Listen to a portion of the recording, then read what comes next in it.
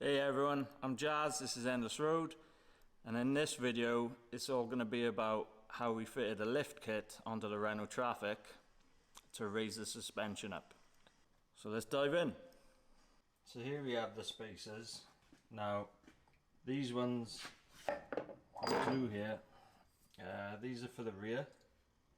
I think they're about an inch, maybe a little bit over an inch. These ones are for the fronts, so I assume they go on the top of the shock underneath the turret, and then they go on to extend the thread so you can get the nut back on. Pretty sure that's the way, so we shall see. What we need to do is loosen off the shock mounts, drop the shock, let it swing out of the way.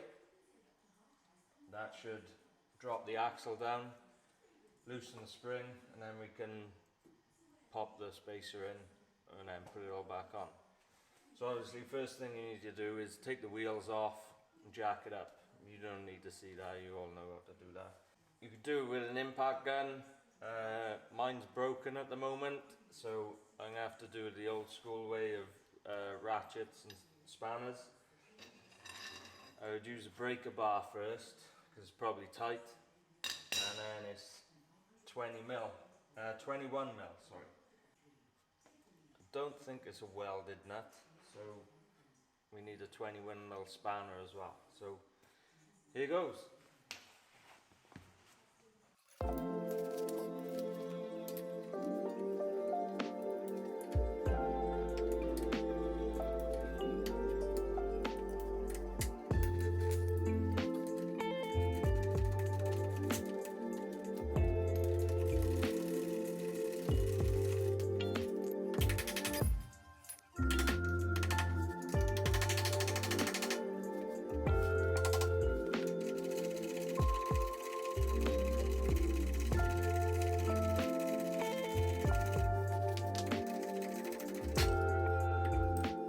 Right, so now to do the other side.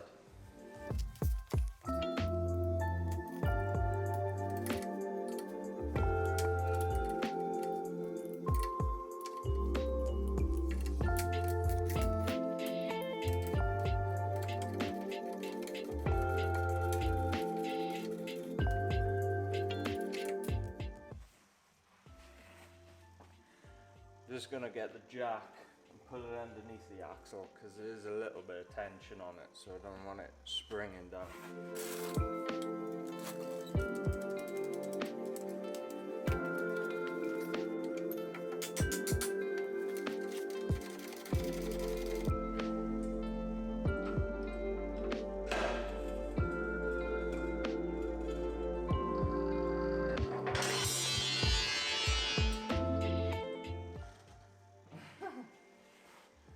Well, one spring has fallen off.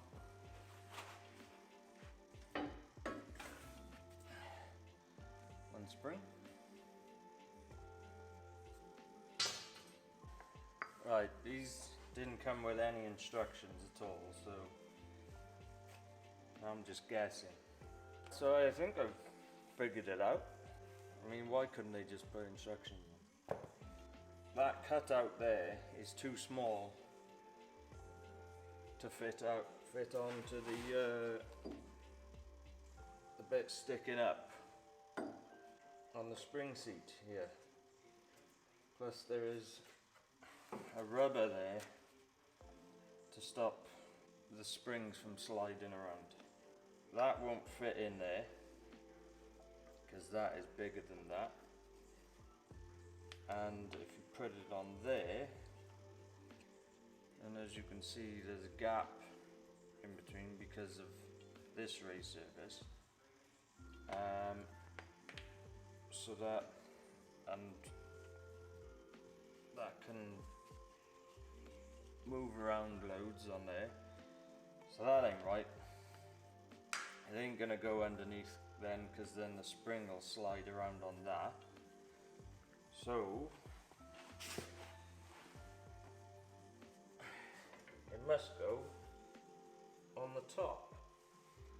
Well, first of all, on the top you got another rubber to stop the spring from sliding around, and that slots into there.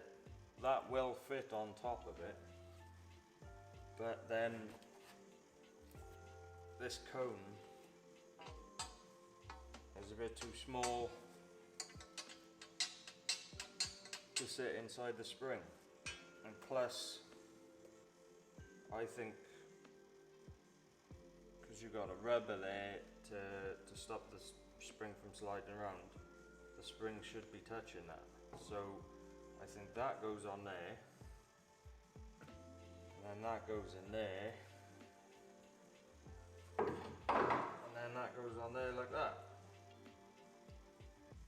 If I'm wrong, please tell me in the comments. I'm gonna try that anyway, see how it goes.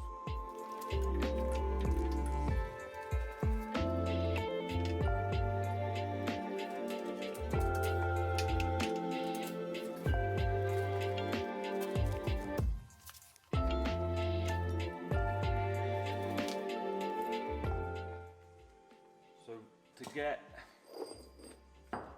the spacer to sit in there properly, there's a little nipple thing in there. Need to cut that off first. It's just like a locator. There's a hole underneath there and it pops through it. But we don't need that no more. Right, that goes on there. And this side.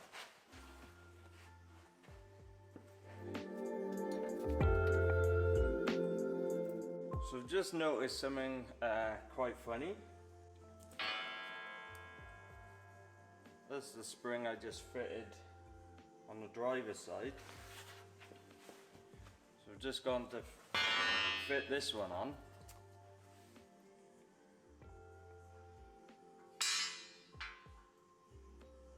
Smell the difference.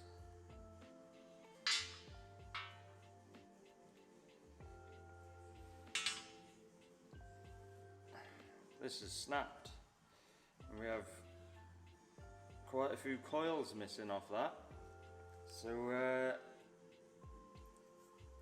it would have been driving lopsided. I have another van outside that I can strip for parts, so hopefully the springs are good on that.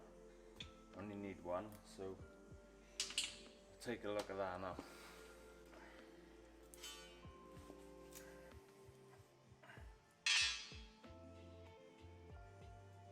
Two complete springs.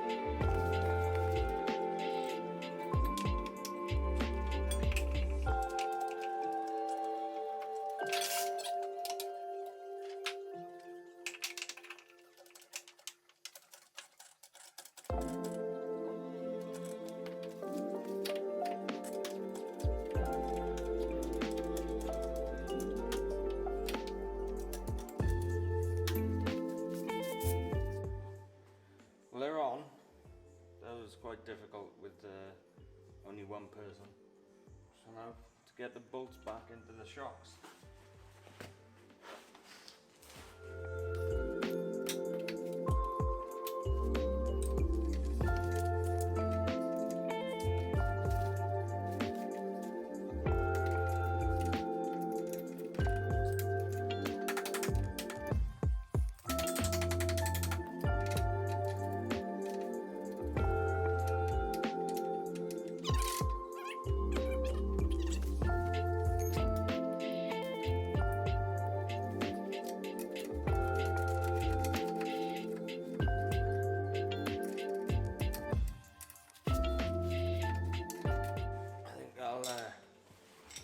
final tightening up once it's on its wheels and back on the deck,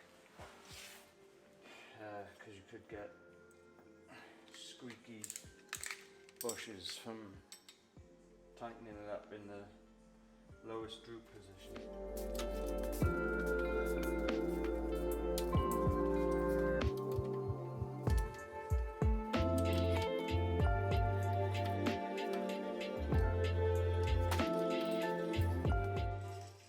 Need a few more inches to get the hole in. That's what she said.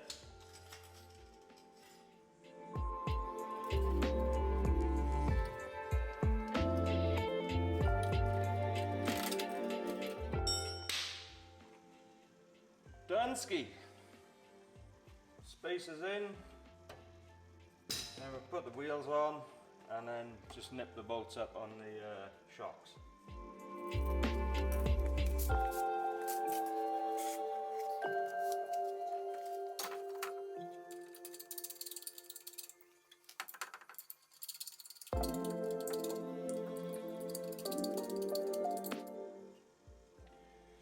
These wheels aren't staying on here, hence 3 bolts and finger tight, because it's only rolling around the unit for now, before someone complains in the comments.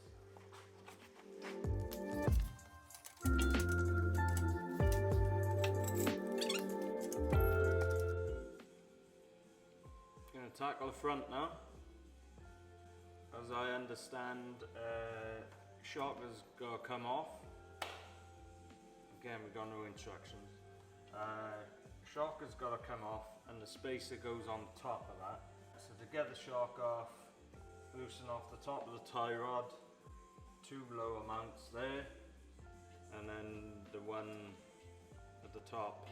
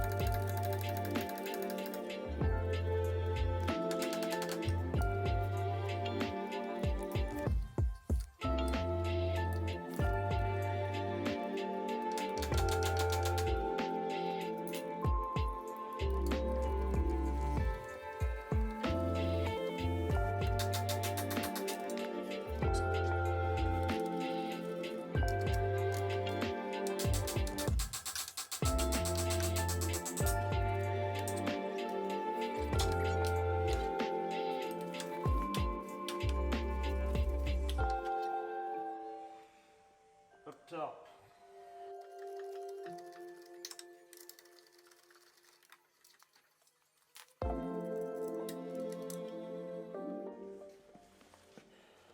Right, that's off at the top and back down to the bottom. So this should come out now.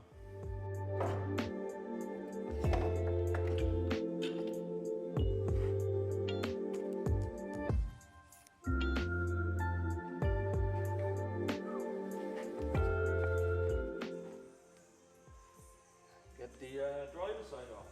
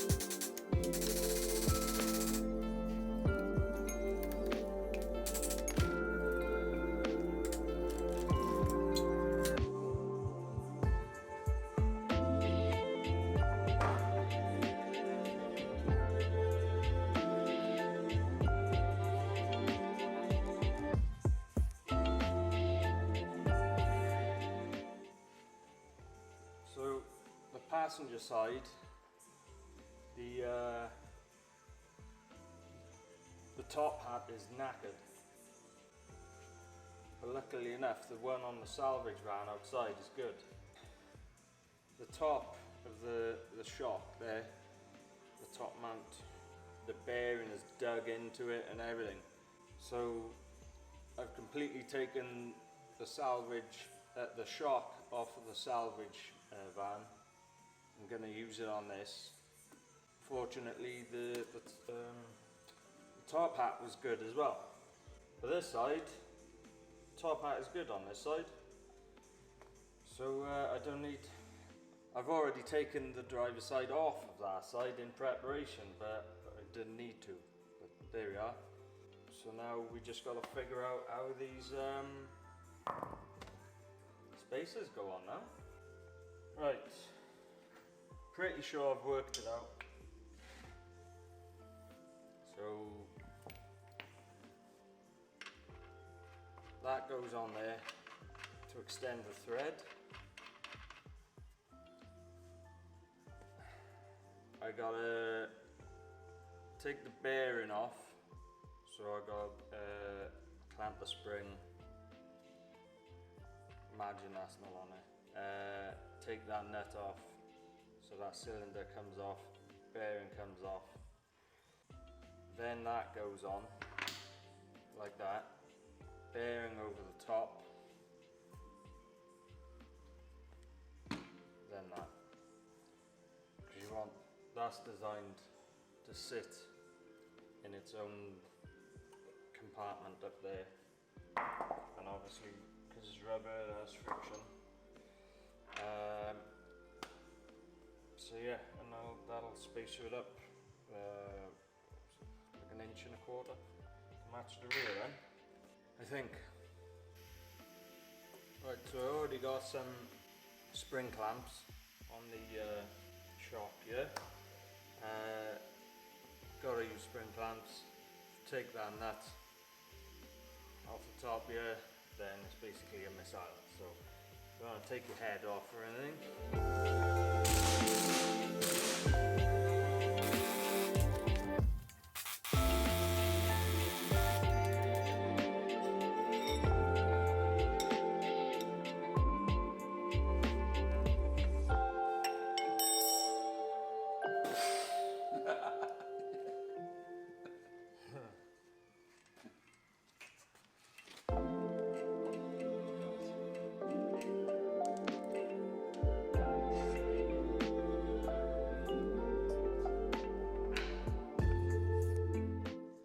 I think that's how that goes.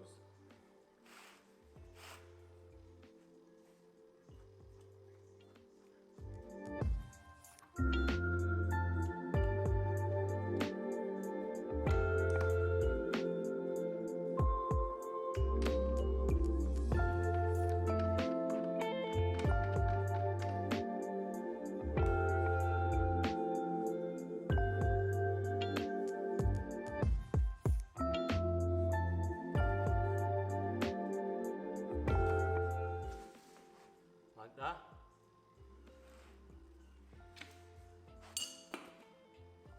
So we compressed the spring, which loosened the top, so we were able to get the nut, the cylinder and the bearing off. The cylinder had to go inside the spacer to take up the slack, because if I put the bearing on and then the cylinder, there wasn't enough thread left to get the extension thread on. And also the cylinder took up the slack of the space inside the spacer. So we got a spacer with the cylinder inside, bearing on top, then the nut, then the extension nut. And then obviously the rubber top hat goes on.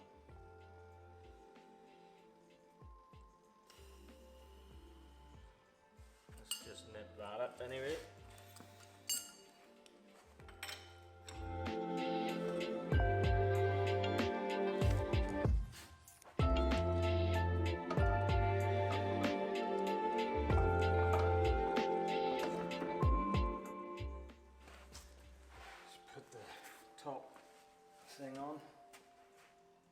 hold it in place. Okay, we can't get that on yet because the OEM top washer is not a circle. It's squared off on one side, and the stud on the top, the thread on the top of the leg has got that matching, so it can only go on one way. But the extenders with the kit, they haven't got that. So I have to Dremel that out, I think. Dremeled it out to a circle now. So now it should go over the stud extender.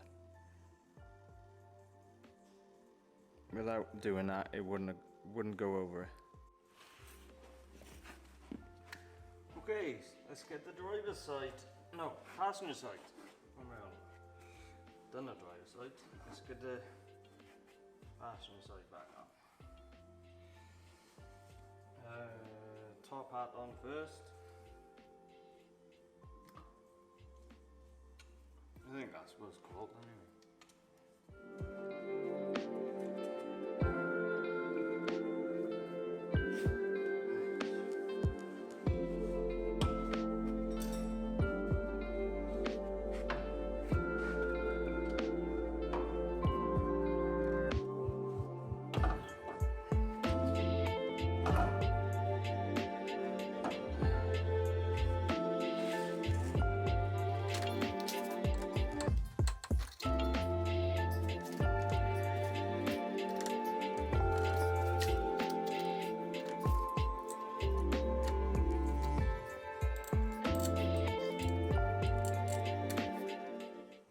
Becomes a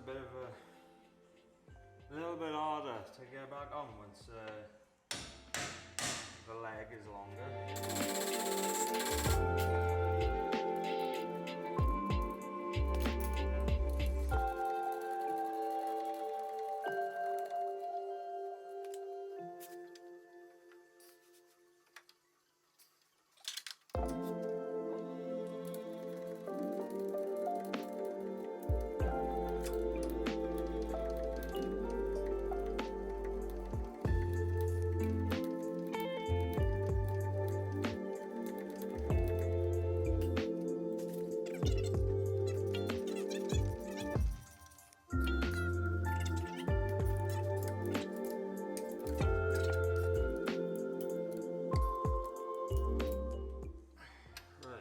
Everything done down at the bottom.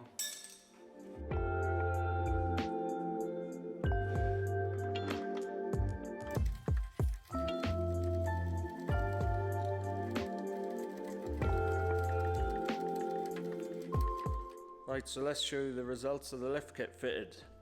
I'm gonna have to turn my hat back for this one. Right, so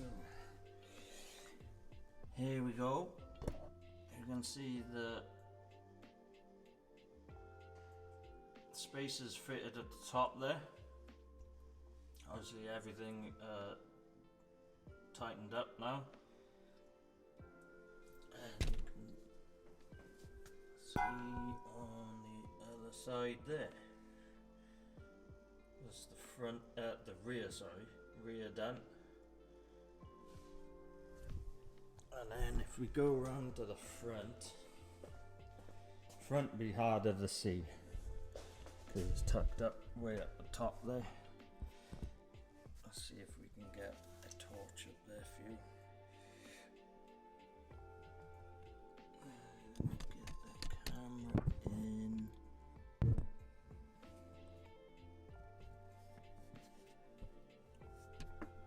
Just about see the spacer at the top there, sitting in the top hats.